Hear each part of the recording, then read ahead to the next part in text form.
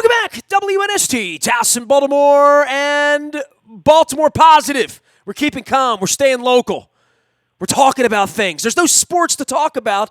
So, one of my favorite things to do, as much as anyone else, is eat and listen to music. And this guy kind of combines both of those things, plays a mean harmonica, makes a nice salad and soup as well, and some wraps and other things. He is the proprietor of Nalley Fresh. Greg Nalley joins us here in the middle of a pandemic, and being a business owner at this point, the last couple of weeks, I'm one. I've owned a small business for 30 years. I wanted to take this time, Greg, and reach out to people in and around Baltimore, places that I frequent and know, and maybe get to know the people behind the story, because I think we're all getting to know now that this unemployment thing is real, this pandemic is real, and there's going to come a point where we're all going to go back out again. I think getting to know each other a little better is probably important. Good day to you. I've always enjoyed your salads and soups. What's up, my friend?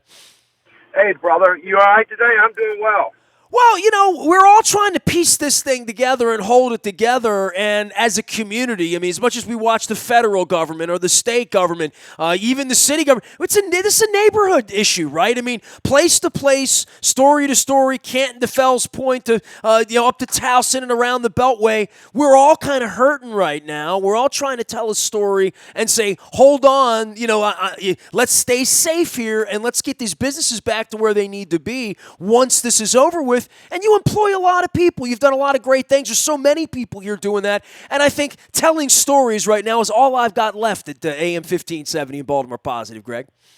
Yeah, I agree with you on that. And through this whole thing, it was a gut punch when it first happened. It happened very quick. It's like all of a sudden, wow, this might be happening. And then within a half a day, it happened.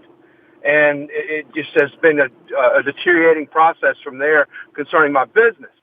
And everybody else's business around the area, but especially the restaurant business has been really hit hard. But what we're doing, what really affects me and has made me determined is we got so many employees that are out of work now. That they're dying to work. They want to come to work. We have no business for them. So what do? We're trying to do things to get business back. Like at my Hunt Valley location, we're implementing a drive-thru.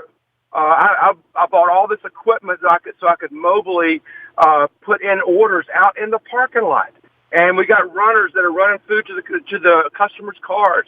And I had a menu board printed on the fly, and so we're doing things. I'm getting ready to launch a new family meal plan where you can get salads, wraps, and bowls from Nalley Fresh for the family, like family style, that you can come pick up or get delivered, and it's like a family style meal, because that's what people are doing now.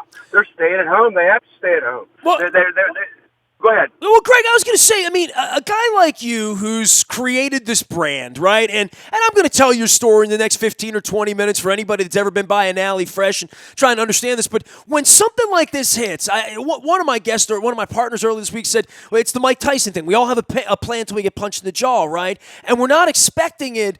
But for anybody who's ever sort of navigated the world to build a radio station 30 years ago, a brand as you've built here with all these locations, it doesn't come without some level of ingenuity and some level of starting with, hey, I got a blank sheet of paper. What am I going to do with it? Because Nalley Fresh was a blank sheet of paper. WNST, Baltimore Positive, all these things, they were a blank sheet of paper. And when you get punched like that, you start to think, well, how can I have more ingenuity? How can I keep this thing going? How can I make this thing better? I know it's not perfect, but how can I make it better? Don't let great be the enemy of good, right?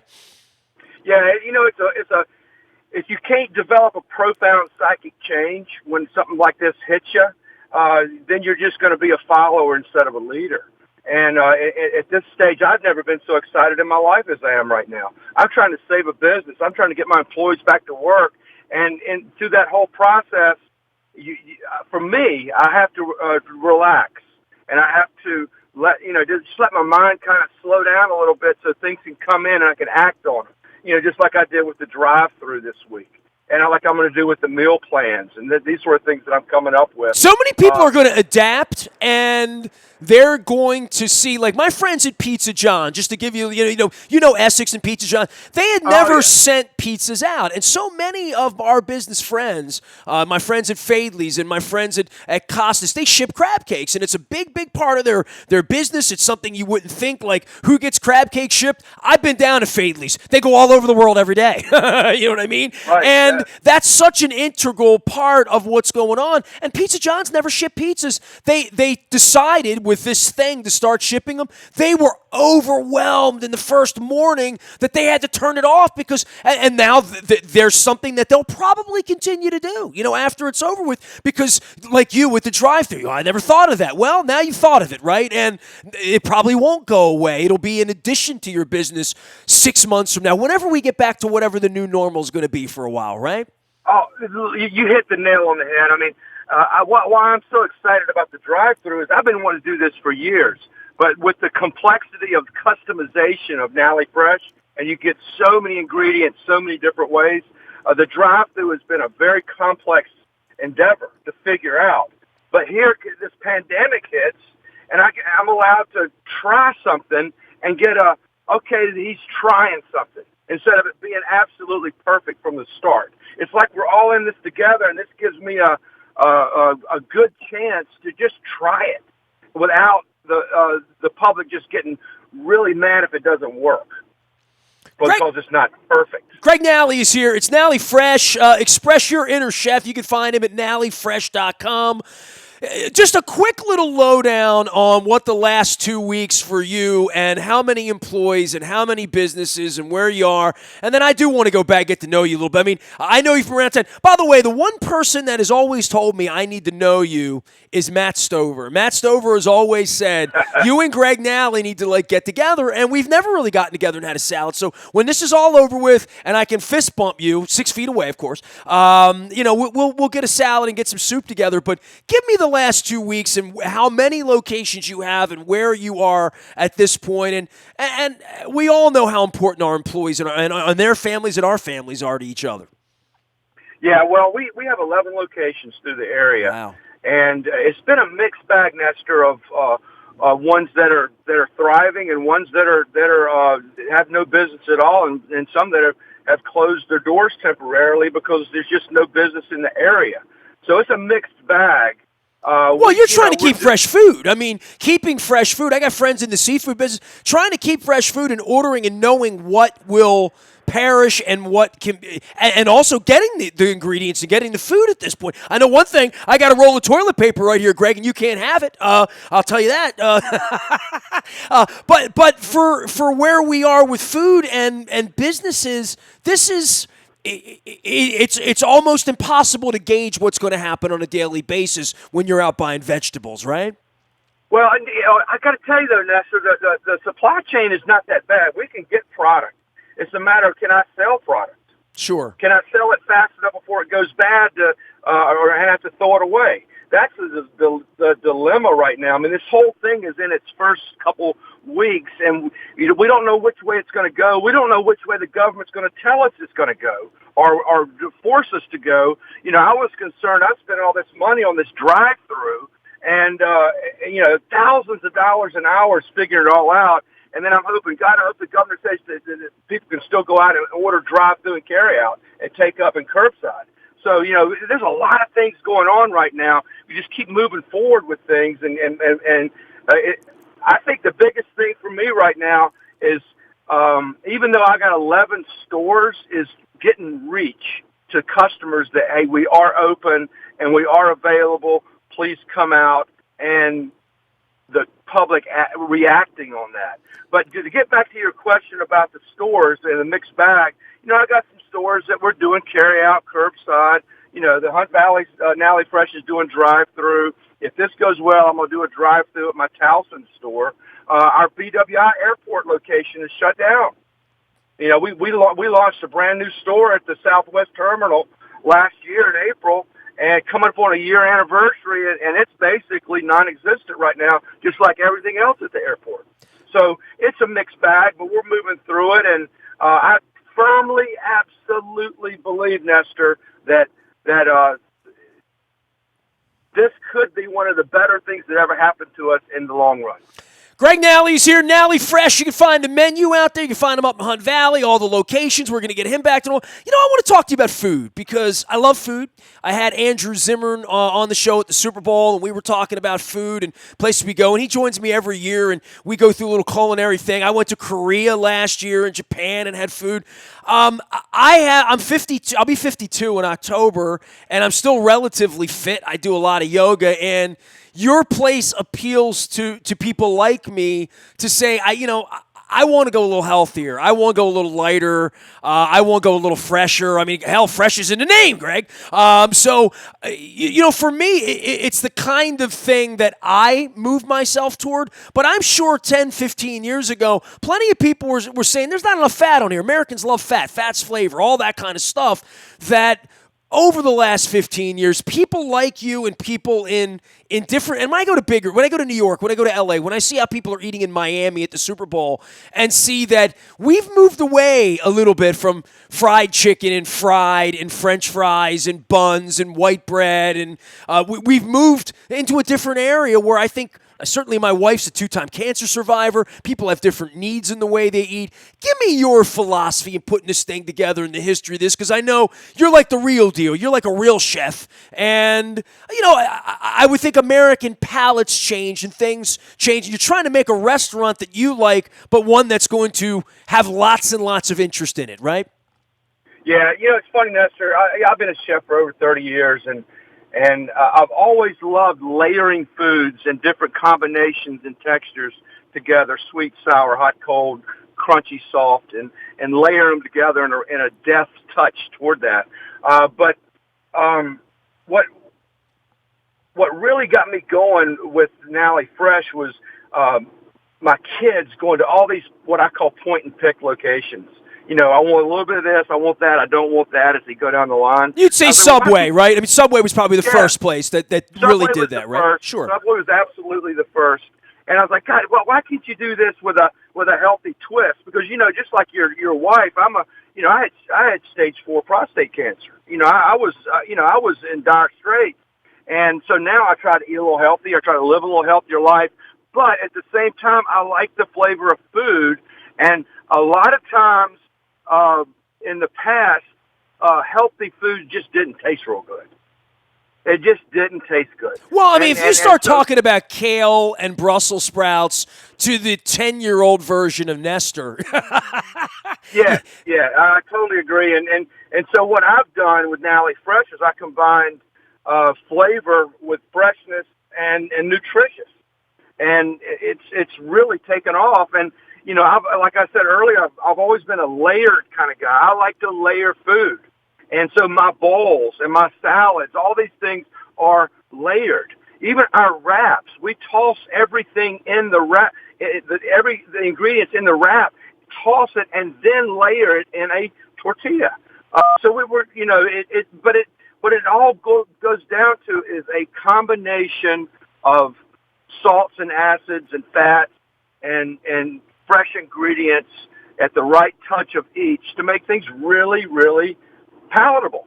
Tell me about the bowl thing. I went to Asia in 2007, and, obviously you see that there, but the Americanization of a Chipotle doing a Mexican bowl or a poke bowl or, all of these foods now are the things we used to serve on bread or on a tortilla that in America now the bowl has become something. You can put anything in a bowl. I remember the only thing you put in a bowl was cereal and, that was about it, right? Oh, my God, Nestor, I'm so glad you brought that up. When I started Nalley Fresh in 2011, and I've been doing bowls for my whole career. But when I did at 2011, I didn't have bowls on the original menu. It was just salads and wraps.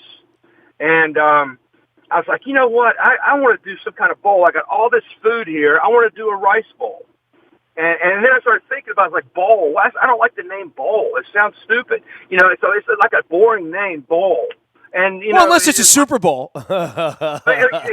Unless you're at the Super Bowl. But the name bowl just kind of doesn't really fall off the mouth that good. And I was like, but I want to do this thing. So I just started making bowls, and it's just expanded from that. And then I started adding hot broth to the end of the bowls. You know, when we go down the line, you can get a rice bowl, a noodle bowl, or a sweet potato bowl, and you can get your protein in it, and you get toppings in it, spinach, pumpkin seeds, edamame, you know, all these 100 different things we have. You can get crunchy items like almonds at the end. You can get chicken bacon. We put dressing on it, but then at the very end, we hit it with either chicken broth or vegetable broth or a new bone broth that I'm going to be implementing sometime soon. And it just kind of makes the whole deal. And then what it does, it kind of adds that Asian flair of pho or of some Japanese bowls that really have a broth / vegetable / cooked meat component to them. Greg, I can live on ramen, dude. I swear I can live on pho. I'm into that, man. Way into that. And I don't know that it would have appealed to me 20 or 30 years ago, right? Like, our palates really do change, and it really does take experimenting, and it takes sort of a little bit of danger and a little bit I've never tried that and a little bit of I don't want something familiar, right? Like, you know, we all have that going on.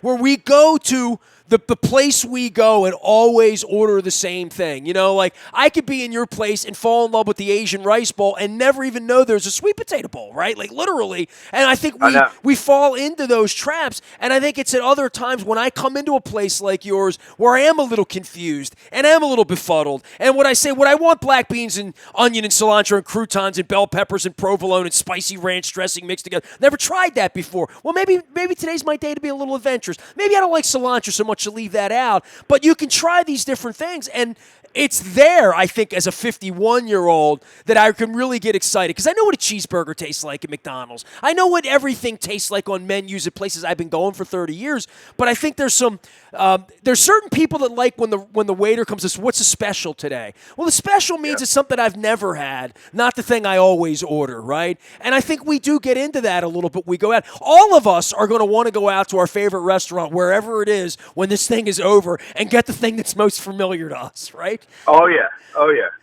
But I mean, your place offers a chance, I think, when people go in there. Most people, when they come in your place, especially the first time, they're eating something they've never eaten before in some combination of a way that maybe they wouldn't have tried it. But you're like, hey, try it. Maybe you'll like it, right? Yeah, it's funny. I tell people it takes about 4 trips through the Nalley Fresh line with what all we have to offer and all the different combinations to kind of get a feel for what we do and what you like from what we do. And it's funny, you said, you know, most people eat the same thing over and over again. Well, even at Nalley Fresh, you can eat something new and different every day of the week for a year, Nestor, and not get the same thing twice. And even with all that being said, after 4 or 5 trips through the line, the customer finally gets to what they have their little lineup. They have their starting lineup, basically, if you want to make it into a sports equation. And that's their go-to. And then every once in a while, they might change the protein, or they might change the dressing, just like getting a switch hitter in, or a pitch, a relief pitcher in. You know, they'll change it up just a little bit, but they still have most of the lineup there.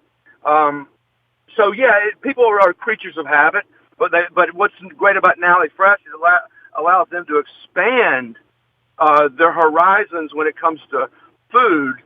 Until and learn different things that they go, wow, I really do like that together. And I'm going to keep doing that. Greg Nalley's here. He's Nalley Fresh. You can find them there. The drive-thrus are open for the time being. I'm trying to feature Baltimore businesses. We're trying to keep calm, as Greg pointed out in the beginning, stay local, and, of course, Baltimore positive. All these locations around. I want to ask you back to the freshness of food. And so much now when I go out shop, my wife hasn't been going to the supermarkets. I'm wearing gloves and whatnot. Organic food. My wife's a 2-time leukemia survivor. I know you had prostate cancer. Thoughts about freshness in food, organic food, and when I look across the glass at the food that you have there, I've done a lot of research on organic strawberries and various vegetables and fruits that have an outer skin versus an inner skin and what that represents. And I know you're a cancer survivor. You know all this stuff. When I see something, the word fresh being in your, if it's not fresh, we had a couple of limes the other night. We're making margaritas. I said to my wife, that lime's not fresh. That's going to affect the taste of the margarita. Julio's my friend who does margaritas. He wouldn't use that lime. He use that in something else, But there's something about fresh and there's something about organic and eating different, eating green, and the organic side of this from the cancer perspective that I think every survivor views a little differently. Well, it's everybody has their opinions of this, and fresh and organic, they don't necessarily need to go together. They a lot of times do. People equate them together. My whole philosophy at Nalley Fresh is lower the processed foods. That's my idea of healthy. Everybody's got their own design on healthy, but my design on healthy is try to make as much products from scratch without uber processed foods. And does that mean we use organic ingredients? Absolutely. But the problem with organic right now, it's still too expensive for the masses. I'm trying to feed everybody for around $10 a person. Sure. And if I were to go straight organic, it would be $17 a person, and I would lose. I would be out of business. So there's that mindset between business and what's available. This supply and demand of the products and what the customers want. Well, I understand when I buy organic strawberries, they're going bad in 3 days. If I'm not eating them, they're going to die. They just are. And I think I'll give you one other thing that I do all the time is go to the farmer's market, right? And when things are local and the kind of lettuce that I'm getting from the Eastern Shore, hydroponic, all that, the way it tastes different than what I'm going to get. No offense to the Giant or whatever. It's just going to taste different than an iceberg head of lettuce from the Giant in a bag. It just is. Right. It goes back to sustainability. Does the microgreens greenhouses around here, do they have enough capacity to feed everybody? I don't know if they do or not, Nestor. Not now. No, not now, but hopefully in the future. I'm talking about even before. Do they really have enough capacity to feed everybody in Maryland on a local level? And I don't know if it's there yet, but it's a great idea and it's catching hold.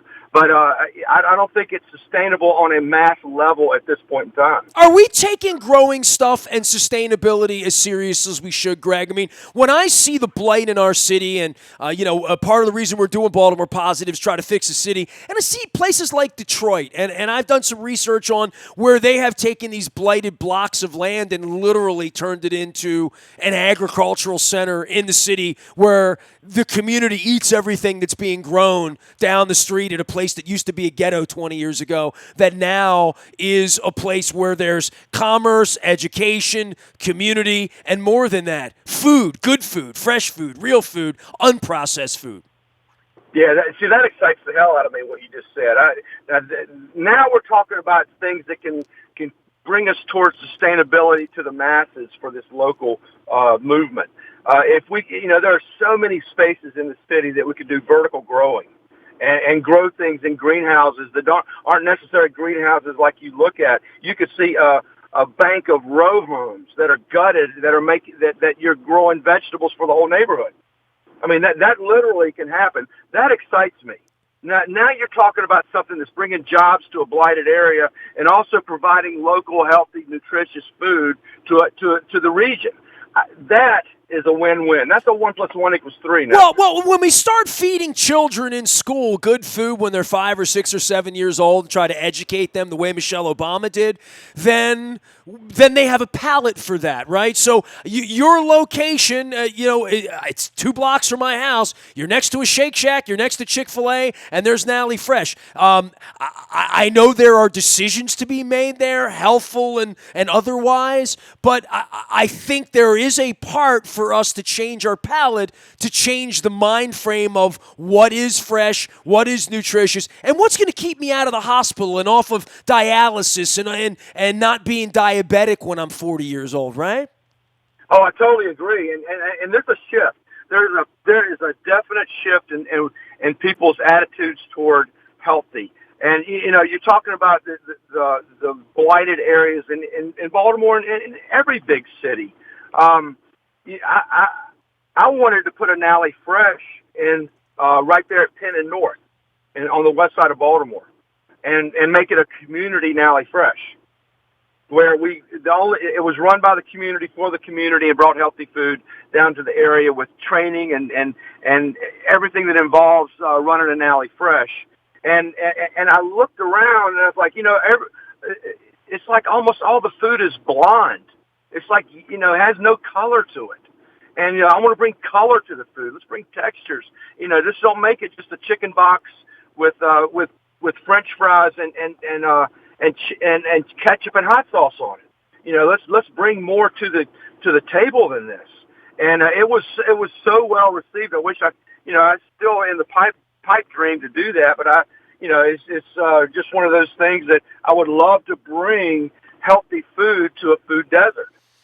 Greg Nalley is here. Nalley Fresh is the way to find him. There's a whole story up there. Look, man, we got to fix your website. There's one problem on the website here. It says, originally from a small town in South Carolina. You're not allowed to do that. My mom is from a small town in South Carolina, and that leads me to wonder what small town in South Carolina you're from. My mom is from Abbeville, South Carolina. I'm sure you know where that is, right? Yes, I do. I'm from Easley, South Carolina. I'm looking it up. Hold on. I want to find out what back road, right, whether I'd need to go near Hania Path or McCormick. It's up near Hania Path. It's up near Clemson. Well, you're right by Clemson. So I spent my childhood skipping stones down in Abbeville, South Carolina. I mean, right outside of Greenville and Greenwood and Spartanburg and all those areas of Due West and Donalds. Every year my aunt would get a lodge in McCormick on the water down by Calhoun Falls, going across near the Georgia line. My cousins lived down in Augusta, so we would go down there. I'd never been to the Masters when I was a kid, but all my uncles and cousins had all been. So I know that part of the world down there, man. You're a Clemson guy, right? Yeah, well, Abbeville, you could be either a Gamecock or a Clemson fan. Which one are you? Well, everybody in my family was Clemson. They were Clemson people. Good. For sure, yeah. Very good. They liked winning. They liked cheating back in the days of Danny Ford. They were way more into that. I know where the Gaffney Peach is. I'll tell you that, right? Well, yeah, that's a landmark. Well, so you get on 85, you drive down there to see see all my aunts and uncles and stuff. But South Carolina and food, man, I mean, you got like a little Southern taste. And every time I smell fried chicken or I smell bacon, I think of my Aunt Erlene's kitchen and the back porch in Abbeville, South Carolina. Well, I got to tell you, I love eating healthy food, but there's nothing better than a fried chicken every once in a while. Oh my goodness. Well, you get it honest if you're from Easley, South Carolina. I have Leo Mazzoni on all the time. He has a place on the lake down there. What's the name of the lake? Lake Hartwell? Lake Hartwell, yes. He has a place on Lake Hartwell. That's really close to there too, right? Oh, yeah. That whole area is Lake Hartwell's a big lake. It surrounds 3 or 4 counties. It's right there at Clemson. Goes all the way up toward Pickens. It's a big area, big lake down there. A lot of winning football down there. We hope to get everybody back to doing normal things. Nothing's normal right now, Greg. I do appreciate you taking a little bit of time and talking about your business, talking about food, educating folks, and sharing a little bit of your passion that I'm keenly aware of. Everyone explains your passion to me, and they say if you and I ever got together, boom, things would happen. So hopefully we'll do that over a Nalley Fresh Bowl sometime soon. Really appreciate getting to know you a little bit better, and good luck with your business. Hold it together. We're all in it together, all right? Yes, we are. Thank you, Ness. Save me a rap. Greg Nalley, Nalley Fresh. You can find him at nalleyfresh.com.